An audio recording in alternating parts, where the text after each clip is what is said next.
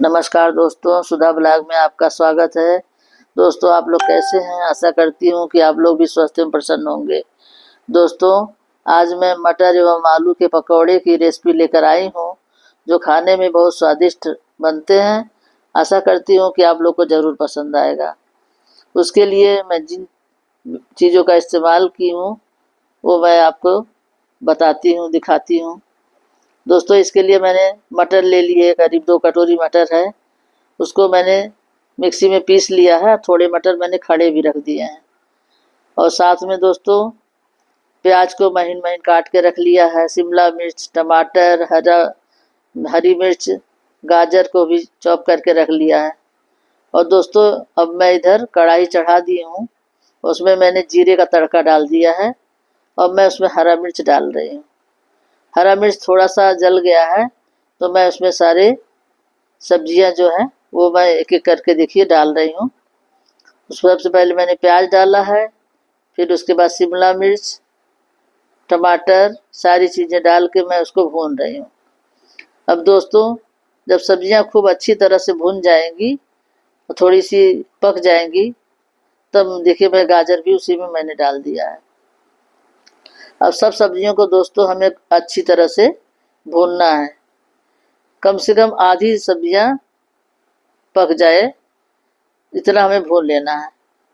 अब सब्जियां इधर पक रही हैं दोस्तों, और इधर मैं आलू जो है उसको मैं चॉप करके घिस रही हूँ, ताकि उसमें गुलटे न रहें। दोस्तों, ऐसे तो आलू तोड़ के भी डाल सकते हैं, लेकिन इसको चॉप करने से ये होता है कि उसमें गुलटे नहीं होते हैं, क्योंकि मुझे उसकी टिक्की बनानी है, इसलिए मैं इसको चॉप करके डाल रही हूँ। आलू घिस गया है मेरा। अब मैं इसको भी उन्हीं सब जो सब्जियां भून रही हैं उसी में मैं इसको भी डाल दूंगी। अब देखिए, सबसे पहले मैंने मटर डाला है, क्योंकि दोस्तों मुझे मटर को जो है बहुत अच्छी तरह से भूनना है। खड़ा वाला भी मटर डाल दिया मैंने। अब इन सब चीज़ों को चला चला करके मुझे खूब अच्छी तरह से भूनना है। इतना भून देना है दोस्तों कि उसमें पानी न रह जाए, क्योंकि थोड़ा थोड़ा मॉइस्चर होता है सब्जियों में, ज़्यादा तो नहीं होता लेकिन थोड़ा सा तो होता है। और भूनने से क्या होता है कि वो पक भी जाती हैं। अब देखिए, कढ़ाई में चलाने से ही आपको समझ में आ रहा है कि उसमें मॉइस्चर अब एकदम नहीं है, सूख गई हैं सब्जियां। जब सब्जियां अच्छी तरह सूख गई हैं तो मैं उसमें आलू जो है वो भी मिला दूंगी।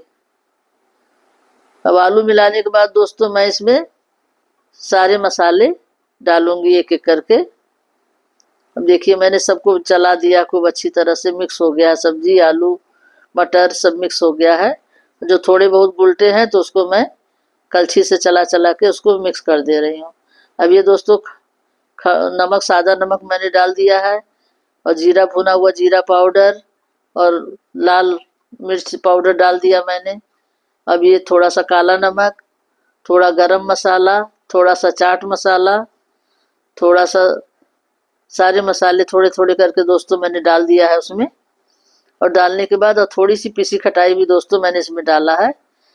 जितनी भी चीज़ें समोसे वगैरह में पड़ती हैं वो सारे मसाले इसमें भी पड़ते हैं। अब सब चीज़ों को डाल करके मैं खूब अच्छी तरह से देखिए चला चला के एकदम सुखा ली हूँ। जो बेटर है वो अच्छी तरह सूख चुका है। अब देखिए, मैंने उसको उतार दिया है। और इधर दोस्तों मैंने चीज़ लिया है, तो चीज़ जो है मेरे पास पीस में कटे हुए नहीं थे, एकदम छोटे छोटे टुकड़े वाले थे, तो मैं इसी का इस्तेमाल करूँगी। अगर आपके पास टुकड़े वाला हो तो आप उसका भी इस्तेमाल कर सकते हैं, और अगर आपके पास पनीर हो तो पनीर के भी छोटे छोटे क्यूब्स इस्तेमाल आप कर सकते हैं। अब दोस्तों, इसमें मैंने 3-4 चम्मच जो है कॉर्नफ्लोर भी डाला है। अब देखिए, सबको डाल के मैं अच्छी तरह मिक्स करके मिला दी हूँ। दोस्तों, आप लोग से एक रिक्वेस्ट है कि अगर आपको हमारी रेसिपी अच्छी लगती हो दोस्तों तो प्लीज़ लाइक करें, शेयर करें, और चैनल पर नए हैं दोस्तों तो सब्सक्राइब ज़रूर कर दें। दोस्तों, हमें आपके सपोर्ट की बहुत ज़्यादा ज़रूरत है। आशा करती हूँ कि आप लोग का सपोर्ट हमें ज़रूर मिलेगा। अब दोस्तों देखिए, मैंने बॉल बना दिया है और एकदम सुंदर सुंदर लड्डू जैसे बॉल बन रहे हैं। अब देखिए, इसके लिए मैंने आलू के बैटर को लेकर हाथ से बीच में थोड़ा सा गड्ढा कर दिया है, और उसमें मैंने ये जो चीज़ है ये इसको रख करके फिलिंग करके और उसको दबा के बीच में और गोला बना दी हूँ। इसी तरह मैं सारे जितने भी बैटर है उसको सबको बना करके मैं गोल गोल लड्डू जैसा रख दूंगी। और ये बहुत आराम से बन रहे हैं, इसमें कोई प्रॉब्लम भी नहीं आ रही है। और देखिए, और ये टूटने वाले भी नहीं है कि हाथ लगे तो टूट जाए, बहुत अच्छे बॉल बन रहे हैं।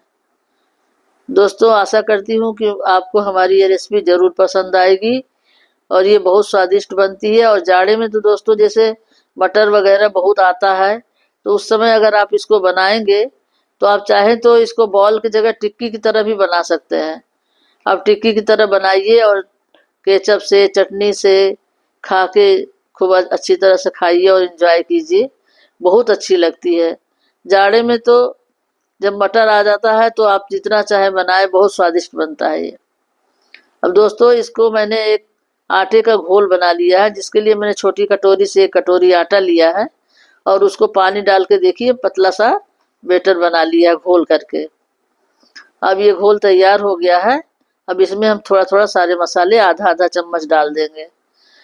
इसमें हल्दी आधा चम्मच, पिसी लाल मिर्च आधा चम्मच, कश्मीरी मिर्च आधा चम्मच, थोड़ा सा नमक, गरम मसाला भी थोड़ा सा दोस्तों मैंने डाल दिया है।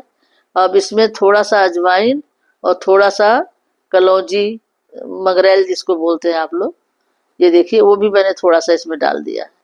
और थोड़ा सा कटी हुई हरी धनिया डाल दिया है और डाल के इसको अच्छी तरह मिक्स करके अब मैं इसी में डिप करके जो मैंने आलू और मटर के बॉल बनाए हैं, ये देखिए कंसिस्टेंसी इसकी ऐसी होनी चाहिए।